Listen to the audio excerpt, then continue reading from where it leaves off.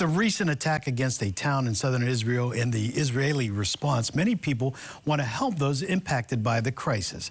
Roseanne is with us from the BBB this morning to talk about this, tips on donating wisely and avoiding scams, right? Of course. Because every time we think the bar is low for scammers, it goes a little bit lower, right? A little bit lower. So what are some things people should know when they're trying to support those that are affected by this?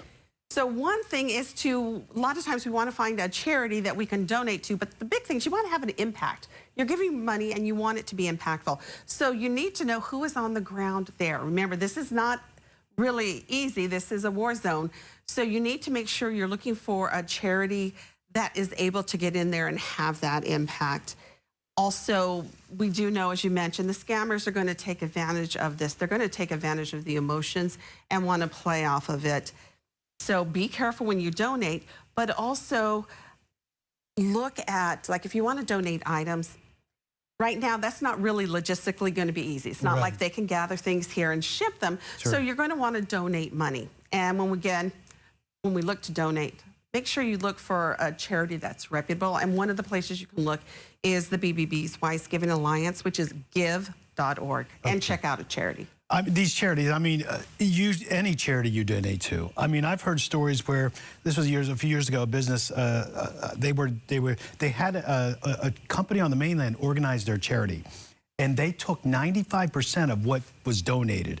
And I asked the owner, I said, why would you let them take 95%? And he said, because 5% is better than nothing. So you want to make sure that as much as possible, there's some overhead with these things, right? But money is always a good option. What about crowdfunding? You got any tips for that? So crowdfunding is a little bit different, and because it's usually for one specific individual. So you want to make sure you know who that person is. Now, there are platforms out there that do the crowdfunding that do vet who the money is going to. So you need to make sure you do a little bit of research on the company that you're going with to make sure they're vetting who the donations. But the best bet is really if you know the person. That makes more sense for donating. So I just said there's got to be some overhead no matter what you're doing, even if you're giving cash.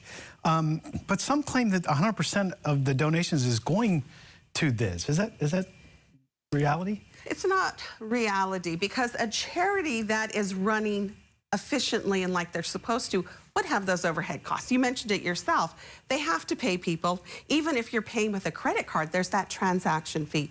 So 95% of the money going is not going to the donation is not right. But usually they say 35% or less for the company to keep, and 65% more going actually to the organization is a good standard. So anything, you're looking to see how much is really going into the program. But understand, they have to cover costs. I think that's fair. 35% up to, go any more, that's probably too much.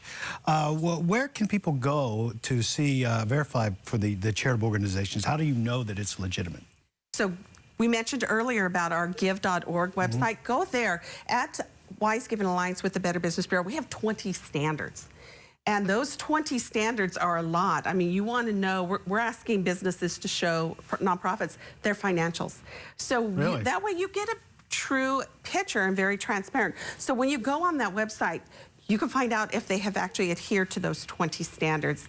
And that really helps, because then you can make a really good decision with your money. They're opening their books to you. That's good. Yeah, like you said, transparency is the best. Oh, thank you, Roseanne. We can go to BBB website to get any more of this good information? Exactly. You can go to bbb.org or give.org. Either one, they're both BBB websites. All right, Roseanne, thank you very much. We really appreciate it. Every week, you give us some great tips.